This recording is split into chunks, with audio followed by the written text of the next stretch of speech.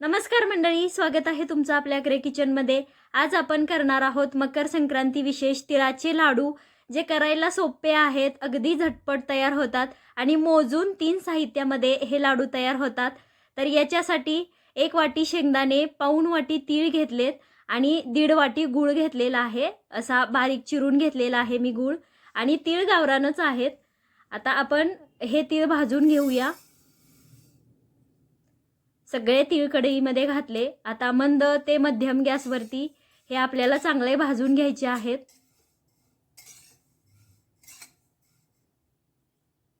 तीळ भाजायला जास्तीचा वेळ लागत नाही, 3-4 मिनिटांमध्ये हे लगेच भाजून होतात।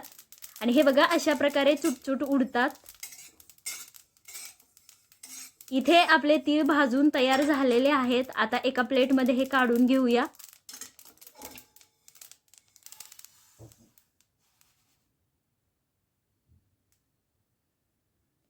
आणि याच कढईमध्ये आता आपण शेंगदाणेही भाजून घेऊयात। शेंगदाणे भाजायला मात्र थोडासा वेळ लागतो, ते आपल्याला मंद गॅसवरती असे सतत हलवत भाजून घ्यायचे आहेत। अगदी छान कुरकुरीत असे हे शेंगदाणे भाजून घ्यायचे।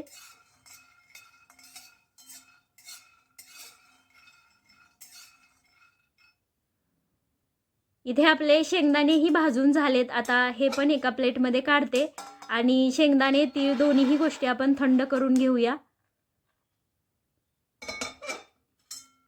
आपले तीळ शेंगदाणे दोन्हीही पूर्णपणे थंड झालेत। आता हे मिक्सरमध्ये घालून आपल्याला वाटून घ्यायचेत।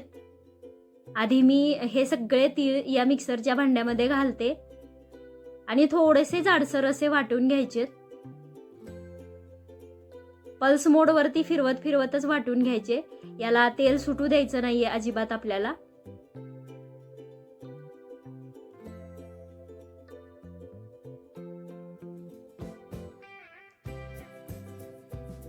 इथे बघा, आपले तीळ वाटून झालेत।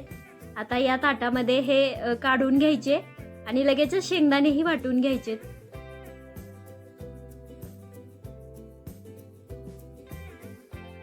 शेंगदाणेही त्याच प्रकारे वाटून घ्यायचे, पल्स मोडवरती थोडं फिरवत। कारण तीळ असो वा शेंगदाणे असो, ते वाटताना जर त्याला तेल सुटलं ना, परत मग लाडूला व्यवस्थित गोल आकार देता येत नाही। त्यामुळे थोडंसं जाडसर वाटून घ्यायचं, त्याला तेल नाही सुटलं पाहिजे। शेंगदाण्याचं कूटही याच ताटामध्ये काढून घेते मी।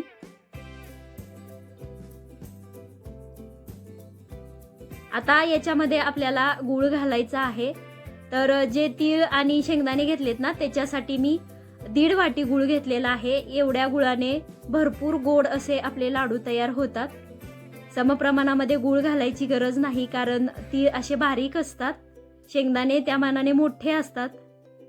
त्यामुळे तेवढ्याच तिळासाठी तेवढाच गूळ थोडा जास्त होतो, म्हणून मी थोडासा कमी घातलेला आहे। आता हे सगळं मिसळून घ्यायचंय आणि त्यानंतर मिक्सरमधून आपल्याला फिरवून घ्यायचंय। हे बघा, आपलं तीळ, गूळ आणि शेंगदाण्याचं कूट सगळं असं मिक्स करून झालं हाताने। त्यानंतर मी थोडं मिक्सरमध्ये घालते आणि हे परत एकदा मिक्सरला फिरवून घेणार आहे मी। फक्त आत्ताही पल्स मोडवरतीच फिरवायचं आहे, जास्त फिरवायचं नाही। अगदी एक 15 ते 20 सेकंदासाठी हे फिरवून घ्यायचं, फक्त गूळ या सगळ्या कुटामध्ये व्यवस्थित मिसळला गेला पाहिजे म्हणून। आपली पहिली बॅच झालीये। अशाच प्रकारे दुसरंही मी मिक्सरमधून वाटून घेते सगळं। हे सगळं मिक्सरला फिरवून घेतल्यानंतर अशा प्रकारे हातानेच मिसळून घ्यायचे आणि त्यानंतर मग आपल्याला लाडू वळायला घ्यायचे आहेत। मकर संक्रांती आली ना, बाजारामध्ये बऱ्याच वेगळ्या प्रकारचे तिळगुळ विकायला येतात। पण आपण विचार करायला पाहिजे की खरंच ते तिळगुळ असतात का, त्याच्यामध्ये गुळ वापरलेला असतो का, किंवा तीळ किती असतात। तुम्ही जर बारीक त्याचं निरीक्षण केलं तर लक्षात येईल की त्याच्यामध्ये गूळ वापरलेला नसतो आणि तीळही खूप कमी प्रमाणामध्ये, म्हणजे मी तर म्हणेन नावालाच नुसते तीळ वापरलेले असतात।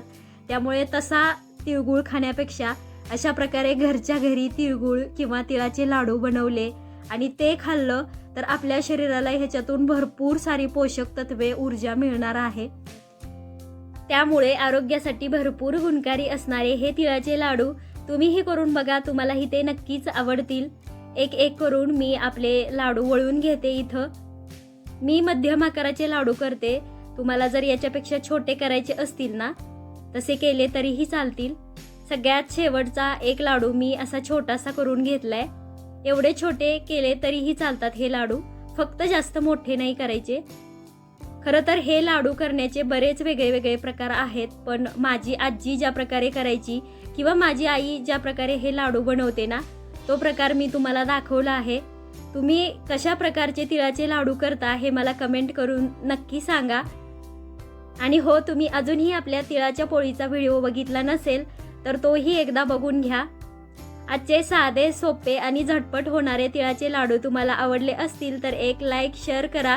चॅनलवर नवीन असाल तर सबस्क्राईब करा, जेणेकरून आपल्या व्हिडिओचे सगळे नोटिफिकेशन तुमच्यापर्यंत पोहोचतील. भेटूया एका नवीन व्हिडिओसोबत. तोपर्यंत धन्यवाद.